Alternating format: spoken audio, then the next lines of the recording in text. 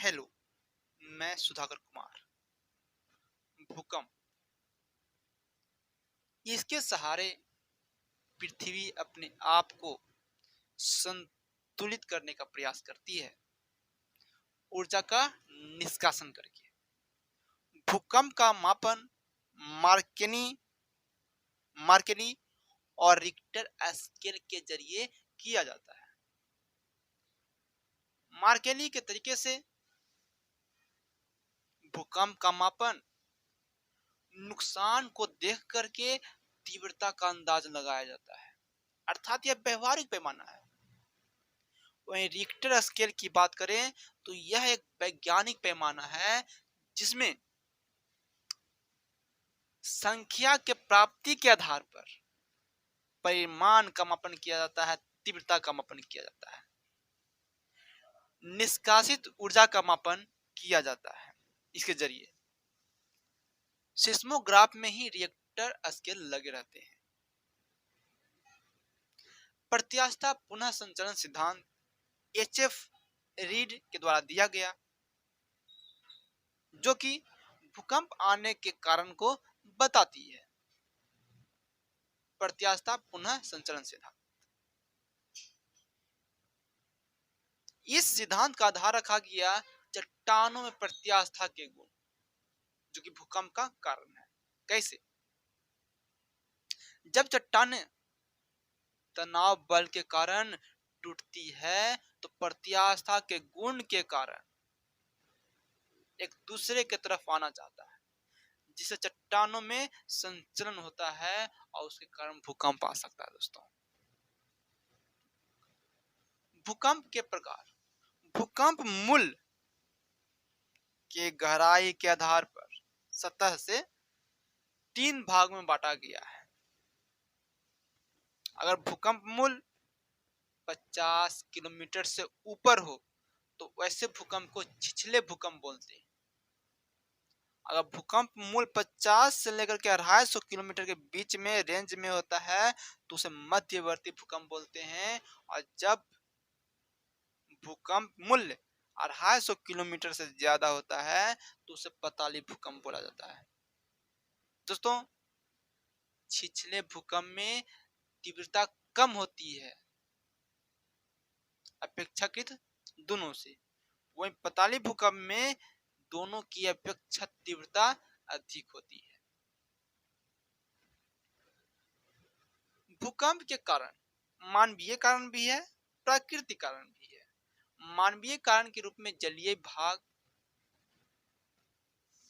है, परमाणु बम विस्फोट है, मानव की आर्थिक गतिविधियां हैं।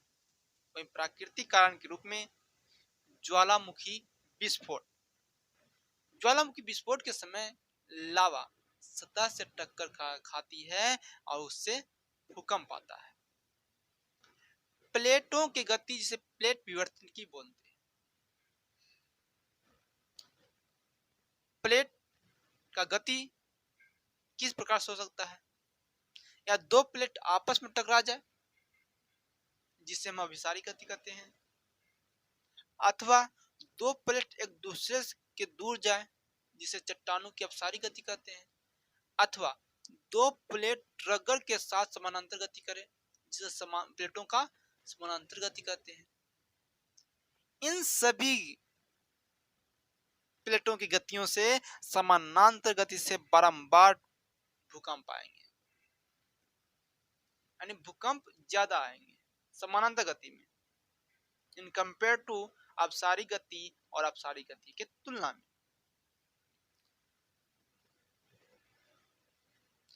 चट्टानों के भ्रंशन से, जब चट्टान पर तनाव मूल बल लगते हैं तब चट्टानों में भ्रंशन आ जाता है, अर्थात टूट जाता है, और भ्रंशन होते ही सतह पर कंपन करता है, इट्स मींस भूकंप आ जाता है।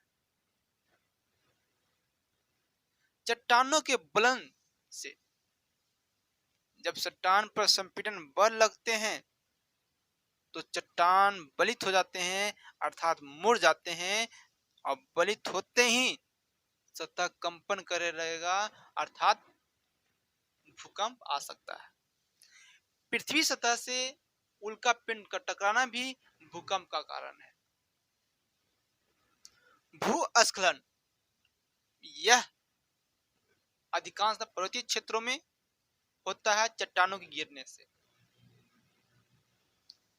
आसपास के क्षेत्रों में कंपन आ सकता है भूस्खलन से। मानवीय कारण भी भूकंप का कारण है, जैसे जलीय भाग। कैसे? तो बड़े बड़े बांधों का निर्माण से जल प्लस अवसाद का जमाव होगा और सतह पर अधिक प्रेशर बनेगा, जिससे आसपास के जो क्षेत्र है वो कंपन करेगा। इट्स मींस भूकंप आ सकता है। इसका उदाहरण भी है कि कोयना भूकंप, जो कि महाराष्ट्र का है। कोयना नदी पर बना एक बांध है जहां पर जलीय भाग के कारण महाराष्ट्र के अंदर भूकंप आए थे।